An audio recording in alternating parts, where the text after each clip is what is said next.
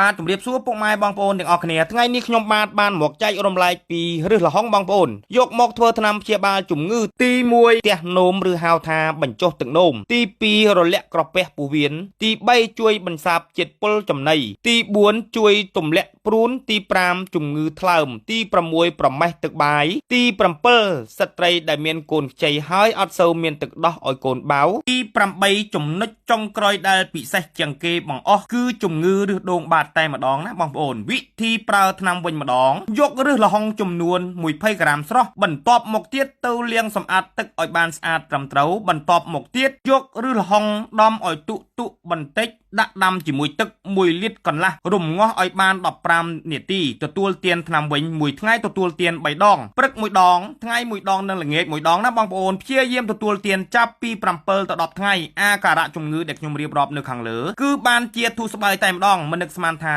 ឫសល្ហុងពូកែស័ក្តិសិទ្ធិដល់ម្លឹងសោះបងប្អូន